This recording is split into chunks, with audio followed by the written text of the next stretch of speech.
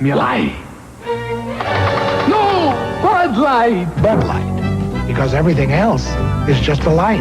Now, how about if I tweet? Make this Halloween a Bud Light Fright Night. Look for this display with free poster and special mug offer at participating retailers. See, I'm an accountant. And hostess greets the victorious Mets as they board their charter flight for New York City, where the next 3 games will be played. It's wonderful to fly the friendly skies when that flight leads home.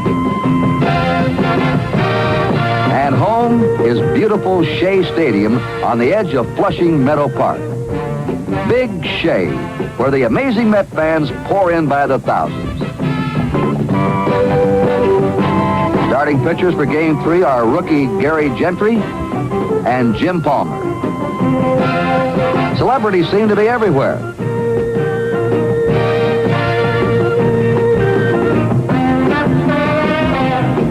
But of course, the real celebrities of Shea Stadium are the amazing fans with their ubiquitous banners.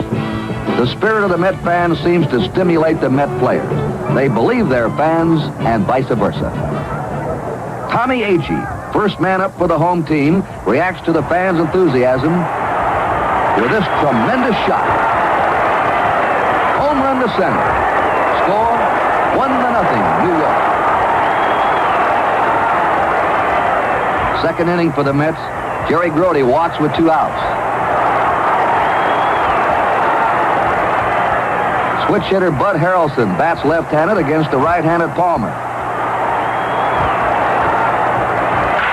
Harrelson singles to center. Grody stops at second.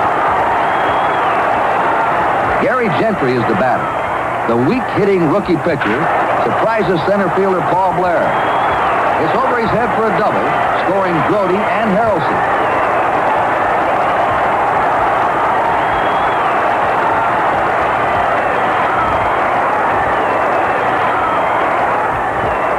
Nothing Mets. In the 4th inning, Gentry pitches to Frank Robinson. It's a sinking liner to left. Cleon Jones dives for it. Did he get it? Let's look again.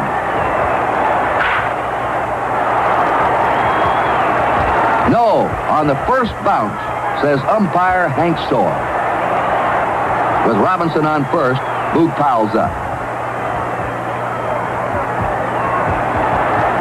Powell bounces a hit to right.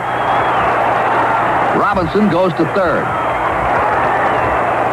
With men on first and third and 2 outs, Gentry faces Elrod Hendricks. The scene is now set for one of the great catches in World Series history. Hendricks belts it to deep left center. Agee races for it. What a play!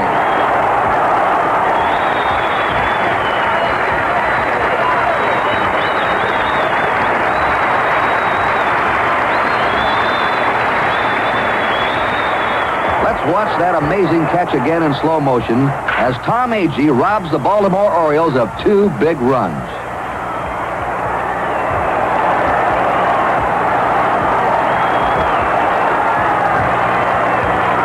Sixth inning now. The Mets' Ken Boswell at bat with a score still 3-0 favor of the Mets.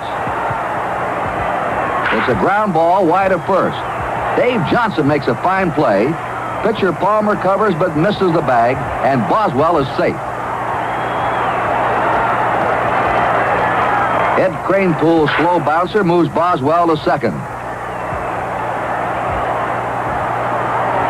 Jerry Grody up. And he promptly doubles down the left field line.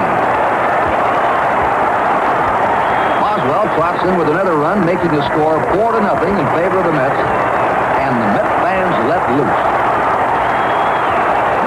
Top of the 7th, there are 2 men down when Gentry walks himself into a jam. He starts it by walking Mark Belanger. Baltimore's Dave May, pinch hitting for pitcher Jim Palmer, also walks. Belanger goes to second. There's a breeze blowing through Shea Stadium as Gentry faces Don Buford. Buford also walks to load the bases. And suddenly, the Mets have a crisis. Gentry can't get that third out. Manager Gil Hodges does some walking of his own out to the mound. Hodges now makes a daring decision. He's taking the rookie out after he pitched 3-hit ball for 6 2/3 innings. And Gentry gets an ovation as he comes to the Met dugout. Manager Hodges and the Mets pin their hopes on young Nolan Ryan, the fireballing strikeout artist. There's no place to put the next batter, Paul Blair. The bases are loaded, 2 outs.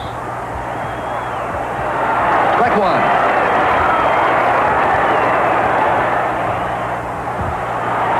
Strike two. And get ready now for a play that'll be talked about for years.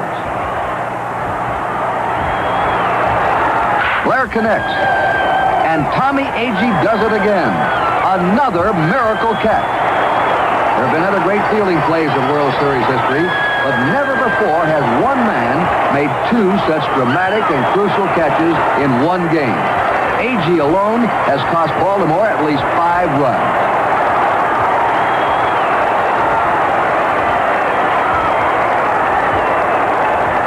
Thrill to it again in slow motion. Agee's diving, skidding, one-handed catch with the bases loaded once again saves the Mets.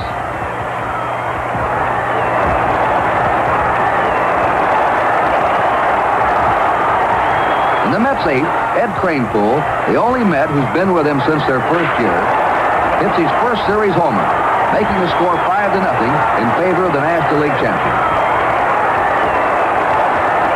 And that smile tells it all. From the cellar to the World Series. That's right. Fantastic.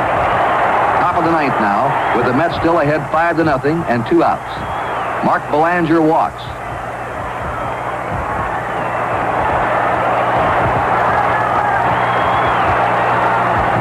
The next batter is Clay Dalrymple, pinch hitting for the pitcher.